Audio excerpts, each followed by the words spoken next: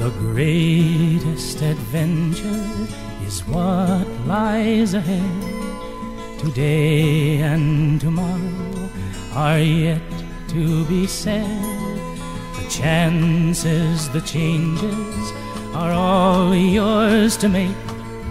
The mold of your life is in your hands to break.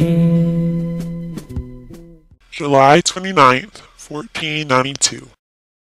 Right now I am getting ready to leave for my expedition to Asia. I would like to begin this journal by writing about my life so far so that when I return from Asia, people who read this will know all about my life before I was famous. My name is Christopher Columbus. I was born on August 26, 1451 in Genoa, Italy. As I was growing up, I became very interested in ships and navigation, so I decided to attend a navigational school in Portugal. I soon decided that I wanted to find a new route that took less time to get to the coast of India, so Europe could have easier access to their spices, gold, jewels, porcelain, and silk. I asked many different people to help pay for my trip, but none would. I went to ask King Ferdinand and Queen Isabella of Spain, but at the time I had asked, they did not have the money and were in the middle of fighting with North African Muslims to regain control of southern Spain. Finally, after almost 8 years of continually asking them to help, they finally agreed to fund my journey. Out of gratefulness, I promised to bring them back gold and spices I had gotten in Asia. They supplied me with 3 boats that were named the Nina, the Pinta, and the Santa Maria, and a crew of about 90 men. We set sail in 5 days. August 3rd, 1492. My fellow conquistadors and I just set sail from the docks of Palos, Spain. We are finally on our way to find a shortcut to Asia. By my calculations, we should reach our destination in about 3 days. I have brought a year's worth of food on this boat, but I am hoping I will not need it. We will first go to the Canary Islands to make any last repairs, and then we'll be on our way to Asia. August 20th, 1492. I am getting sick of eating the same foods over and over again. We should have reached land by now. Surely we cannot be too much farther away. August 31st, 1492. The crew said they spotted shorebirds flying west and changing direction to make their landfall today. After sailing hours after that, we realized it must have been some other kind of bird, for there is still no land in sight. September 18th, 1492. We have had great skies and great wind, but still no land. The crew is getting restless. Most of them want to turn back and go home to their families. I hope we find land soon. September 28th, 1492. I'm going crazy. Still no land in sight. We have been on this ship for 57 days. The crew is threatening to push me overboard if we do not turn back. But how can we turn back now? We've gone such a long way. We must be near land. October 1st, 1492. Still no land. We must be close. I have offered a reward to the first sailor that spots land. I am only doing this in hopes that it will buy me more time before the crew revolts. October 12th, 1492. We finally see land.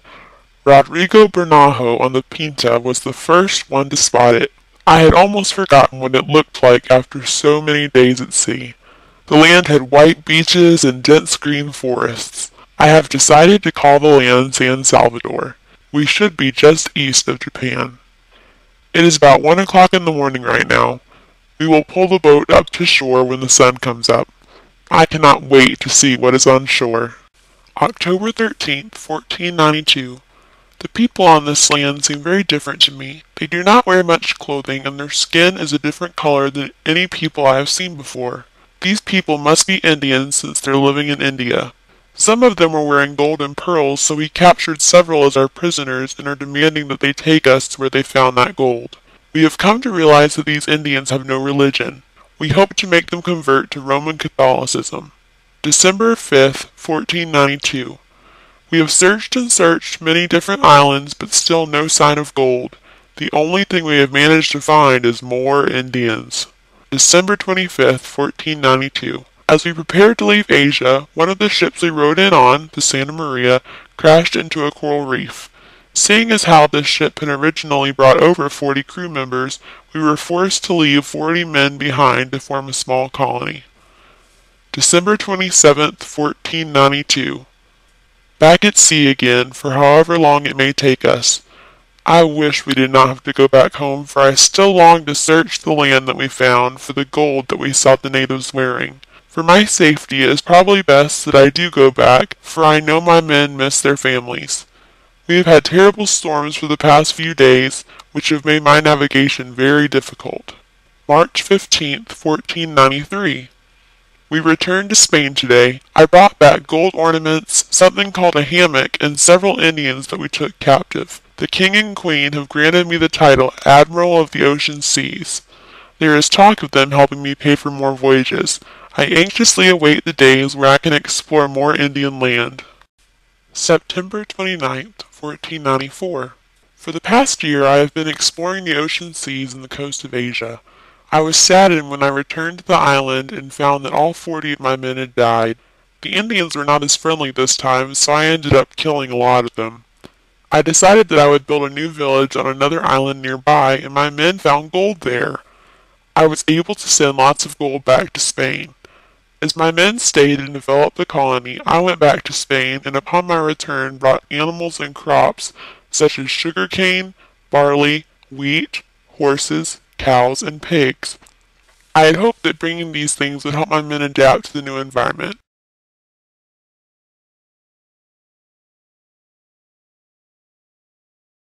Upon my return from this voyage, I brought back to Spain many plants that no one in Europe had ever seen before, such as maize, potatoes, peanuts, cacao, tomatoes, beans, squash, and all different kinds of peppers. October 10th, 1501. I am being brought back to Europe in chains because the men in the new colony do not think I'm a good governor. I have been on 3 journeys across the ocean sea. How do they have the nerve to treat me this way? November 6th, 1504. The king and queen have realized that bringing me back in chains was a mistake. They let me out of prison and offered to pay for me to go on one more journey. I made it to an island called Jamaica, but my ship leaked so badly that I was stranded there for 1 whole year. I think my journeys have come to an end. I am growing tired, and the king and queen refuse to pay for a 5th voyage. I may not have found everything I was hoping for, but I will still go down in history as a hero, and for that I am very grateful.